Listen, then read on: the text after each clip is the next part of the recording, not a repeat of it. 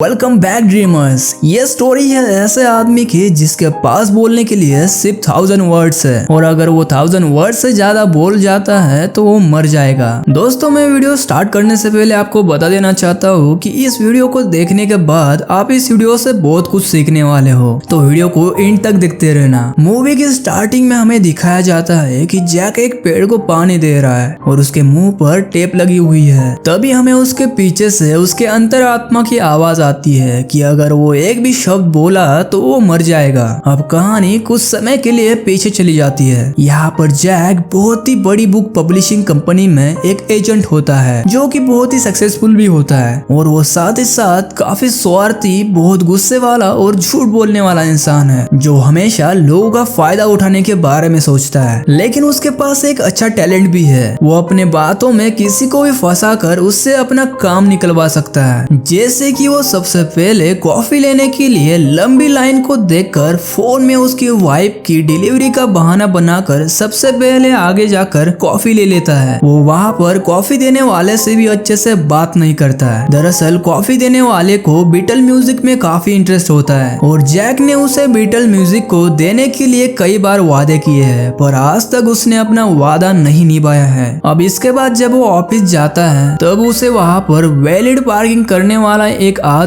Jack को अपनी book 3 साल से दे रहा है ताकि वो उसे पब्लिश कर सके, जिससे वो एक अच्छा राइटर बन सके। लेकिन तब से जैक ने उसे अपने पीछे लगा रखा है। वो उससे अपने काफी सारे काम निकलवाता है, जैसे कि अपनी गाड़ी साफ करवाना, अपने और भी कुछ काम करवाना, बट वो उसका काम कभी नहीं करता है। और अब तक उस बुक को 3 साल हो चुके हैं और जैक ने उसे अब तक पढ़ा भी नहीं है। अब इसके बाद हम जैक को उसके ऑफिस में देखते हैं जहाँ पर वो अपने स्टाफ से भी अच्छे से बात नहीं करता है। उसके अंदर काफी ईगो होता है। अब इनका पूरा स्टाफ एक मीटिंग करता है जिसमें ये सभी डॉक्टर शिंजा के बारे में बात कर रहे हैं। यहाँ पर डॉक्टर शिंजा एक बहुत ही पॉपुलर आध्यात्मिक गुरु है जो कि लोगों को आध्यात्मिक ज्ञान देते हैं और उनके बहुत सारे फॉलोअर्स भी है। और उन्होंने एक किताब भी लिखी है जिसको हर एक कंपनी पब्लिश करना चाहती है ताकि उस बुक का वो अच्छा मुनाफा कमा सके। लेकिन डॉक्टर शिंजा उस बुक को बेचना नहीं चाहते हैं। लेकिन जैक डॉक्टर शिंजा को भी अपने जाल में फंसा लेता है। वो उन्हें बताता है कि उनके नॉलेज को पूरी दुनिया में बांटना चाहता है और डॉक्टर शिंजा भी उसकी बात मान जाते हैं। अब जैक यहाँ पर बहुत खुश होता है क्योंकि उसका काम यहाँ पर हो चुका था और तभी वो अपना हाथ एक पेड़ पर रख देता है कि तभी उसका हाथ कट जाता है। उसकी उंगली से खून निकलने लगता है जैसे कि जैक को उस पेड़ ने ही काट लिया हो। लेकिन जैक इस बात को इग्नोर करते हुए वहाँ से चला जाता है। अब जैक अपनी खुशी में अपनी माँ से मिलने के लिए जाता है जो कि ओल्ड एज होम में रहती है, लेकिन उसकी काफी उम्र हो चुकी है इसलिए वो धीरे धीरे सब कुछ भूलती जा रही है। वो यहाँ पर जैक को भी नहीं पहचान पाती है। वो जैक को अपना पति रेमंड समझती है, लेकिन जैक को अपने पिता के बारे में बात करना बिल्कुल भी पसंद नहीं था क्योंकि उसके पिता उसको बचपन में ही छोड़कर चले गए थे, जिससे जैक अपने पिता से नफरत करता था। एंड इसके बाद वो अपने घर चला जाता है, लेकिन वहाँ पर भी वो अपने वाइफ से झगड़ा करता है। लेकिन अचानक से कुछ होता है जैसे कि भूकंप आया हो, पर यह भूकंप नहीं था। अब जब जैक अपने घर के बाहर जाकर चेक करता है तो उसे अपने घर के गार्डन में वही पेड़ दिखता है। ये वही पेड़ होता है जिसने डॉक्टर शिंजा के आश्रम में जैक को काटा था। अब दूसरे दिन जैक अपने ऑफिस आता है और देखता है कि डॉक्टर शिंजा ने अपनी बुक भेजी है जो कि सिर्फ 5 पेज की होती है। लेकिन इस 5 पेज की बुक को देखकर जैक को बहुत गुस्सा आता है, तो इसलिए वो डॉक्टर शिंजा से मिलने के लिए उनके आश्रम चला जाता है ताकि वो शिंजा से पूरी बुक ले सके। लेकिन डॉक्टर शिंजा की बुक यही 5 पेज की होती है। अब जैक उस पेड़ के बारे में उसे बताता है जो उसके गार्डन में था, लेकिन डॉक्टर शिंजा साफ साफ मना कर देता है कि उसने ऐसा कोई भी गिफ्ट नहीं भेजा है। तो इस बात को लेकर जैक शिंजा को अपने घर पर ले जाता है। अब डॉक्टर शिंजा उस पेड़ को देखता है और जैक से बोलता है कि जैसे जैसे तुम बोलते जा रहे हो इस पेड़ के पत्ते गिरते जा रहे हैं। अब यहाँ पर शिंजा जैक को समझाता है कि वो कुछ भी शब्द बोलेगा तो पेड़ का एक पत्ता गिर जाएगा और जिस दिन पेड़ के सारे पत्ते गिर जाएंगे उस दिन पेड़ भी मर जाएगा और शायद भी तुम उस दिन मर जाओगे। लेकिन जैक इन सब बातों को नहीं मानता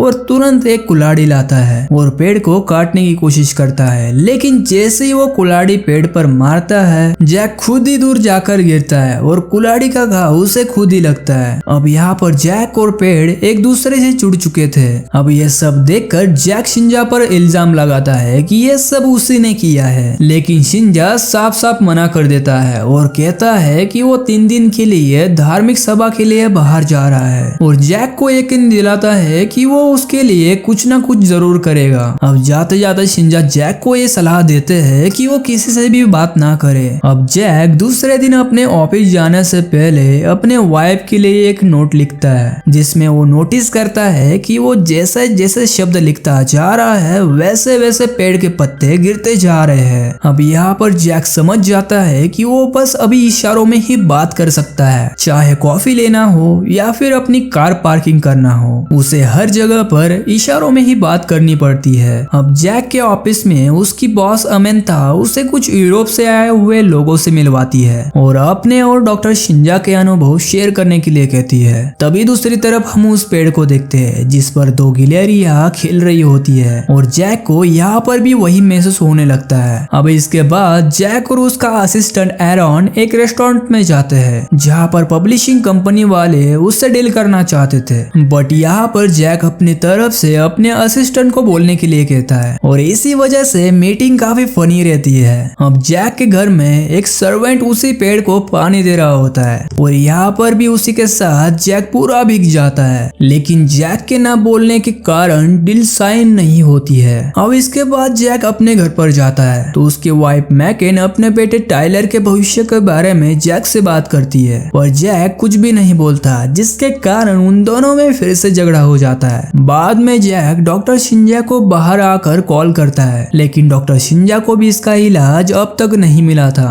और वो जैक से मिलकर बात करने के लिए कहते हैं। अब यहाँ पर जैक इशारों में बात करना सीख चुका है, लेकिन तभी उसके ऑफिस में एक अर्जेंट मीटिंग आ जाती है जिसमें उसका बोलना बहुत जरूरी है, तो इसके लिए वो एक पपेट डॉल का सहारा लेता है और डील साइन करवा लेता है। अब यहाँ पर जैक की वाइफ उससे मिलने के लिए एक होटल में बुलाती है जहाँ पर वो दोनों एक दूसरे के साथ क्वालिटी टाइम स्पेंड करते हैं, लेकिन जैक कुछ ना बोलने की वजह से उन दोनों में फिर से झगड़ा और ज्यादा बढ़ जाता है और बात डिवोर्स तक आ जाती है। अब आखिरी बार एक और मीटिंग होती है कि उसी वक्त कुछ लोग उस पेड़ पर दवाई छिड़कने लगते हैं और यहाँ पर मीटिंग में दवाई का असर जैक पर भी होता है और वहाँ पर जैक अजीब अजीब सी हरकतें करना शुरू कर देता है। अब लास्ट में जब जैक की बॉस उससे वो बुक मांगती है तो जैक वही 5 पेज वाली बुक उसे दे देता है, जिससे जैक की बॉस बहुत गुस्सा हो जाती है और जैक को जॉब से निकाल देती है। अब घर पर आने के बाद जैक अपने असिस्टेंट एरॉन को अपनी पूरी प्रॉब्लम बताता है, जिसे एरॉन समझ जाता है कि अब जैक को अपनी जॉब बचाने के लिए बोलना जरूरी था, लेकिन जैक चाहकर भी बोल नहीं सकता था। लेकिन अब जैक को एक आइडिया आता है कि वो अब से अच्छे काम करेगा, शायद ऐसा करने से इस पेड़ के पत्ते फिर से वापस आ जाए।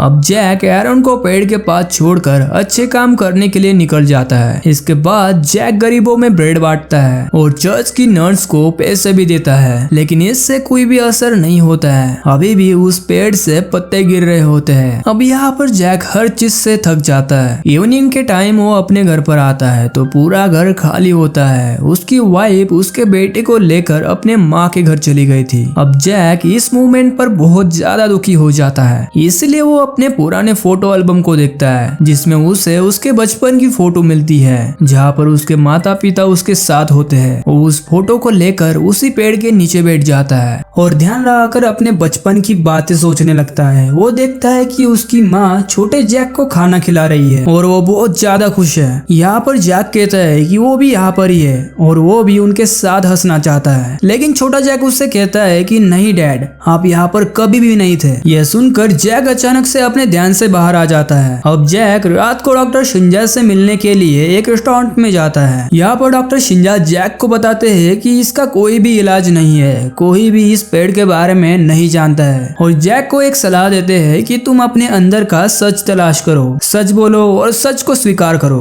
और जिस दिन पेड़ के सारे पत्ते गिर जाएंगे उस दिन तुम मर जाओगे। ये सब सुनकर अब जैक बहुत ज्यादा दुखी हो जाता है और अपने घर पर आकर बहुत सारी दारू पीता है और पेड़ के ऊपर गुस्सा करने लगता है। दूसरी तरफ उसका असिस्टेंट एरॉन उसे ये सब करने से रोकता है, लेकिन जैक नहीं मानता क्योंकि वो बहुत ज्यादा परेशान हो गया था और यहाँ पर जैक को कुछ भी समझ में नहीं आ रहा था कि अब वो क्या कर सकता है और गुस्से में वो उस पेड़ के सारे पत्ते गिराने लगता है, लेकिन उसे ऐसा करने से एरॉन उसे रोक लेता है, लेकिन जैक फिर भी नहीं मानता, इसीलिए एरॉन जैक को बेहोश कर देता है और जैक के मुंह पर टेप लगाकर वहां से चला जाता है। अगले दिन जैक सच को स्वीकार कर लेता है और पेड़ के सामने जाकर खड़ा हो जाता है, जहाँ पर उसे डॉक्टर शिंजा की वही 5 पेज वाली बुक दिखती है और वो उसे पेड़ के नीचे बैठकर पढ़ने लगता है। अब यहाँ पर जैक को ऐसा लगता है कि उसे अपनी गलतियां समझ में आ गई है। वो सबसे पहले अपने पत्नी के पास जाता है, वहाँ पर वो इशारों में अपने परिवार के प्रति अपना प्यार दिखाता है और जैक वहाँ से चला जाता है। फिर वो कॉफी शॉप जाता है और उस लड़के को बीटल म्यूजिक दे देता है, जिसे देने का वादा जैक हमेशा दिया करता था। इसके बाद जैक कार पार्किंग वाले लड़के की बुक पढ़ता है और उस बुक को पब्लिश कर देता है और उसे बुक के पब्लिशिंग का भी चेक देता है। इस सब के बाद वो अपनी माँ के पास जाता है, तब उसकी माँ उसे फिर से रेमन समझती है। रेमन जो कि जैक के पिता होते हैं, पर इस बार वो अपने माँ की बात मानता है और उसकी माँ कहती है कि रेमन, तुम्हारे लड़के को लगता है कि उसके कारण तुम हमें छोड़कर चले गए हो, इसलिए वो गुस्सेल और स्वार्थी है, हो सके तो जैक से माफी मांग लो। अब ये सारी बातें सुनकर जैक को अपनी गलतियों का एहसास होता है और वो अपनी मॉम को आई लव यू कहकर वहां से चला जाता है। अब जैक उस पेड़ के पास जाता है, जहाँ पर अब उस पेड़ पर बस 3 ही पत्ते बचे थे, यानी कि बस 3 शब्द बचे थे। इसके बाद जैक अपने पिता के कब्र पर जाता है। यहाँ पर जैक अपने मन में कहता है कि उसने उसके पिता को बहुत मिस किया, उसे हमेशा ही अपने पिता की बहुत याद आई और इसी बीच बहुत लंबा वक्त गुजर गया। अब यहाँ पर जैक के मन में अपने पिता के प्रति बिल्कुल भी गुस्सा नहीं होता है। जैक लास्ट में अपने पिता को सिर्फ 3 ही शब्द कहता है। इसके बाद पेड़ के सारे पत्ते गिर जाते हैं, मतलब पेड़ अब मर चुका था। अब यहाँ पर जैक की भी तबीयत खराब होने लगती है और वो जमीन पर गिर जाता है। उसी समय जैक का फोन बजता है और अचानक जैक को होश आता है, तो अब जैक अपना फोन उठा लेता है। एरॉन यहाँ पर जैक को एक खुशखबरी देता है कि पेड़ फिर से जिंदा हो चुका है और पेड़ बहुत ही ज्यादा हरा भरा हो चुका है। इसका मतलब ये होता है कि जैक को फिर से एक नई जिंदगी मिल चुकी थी। यहाँ पर जैक की पूरी जिंदगी बदल चुकी होती है। अब वो एक बहुत ही अच्छा राइटर बन चुका है और उसने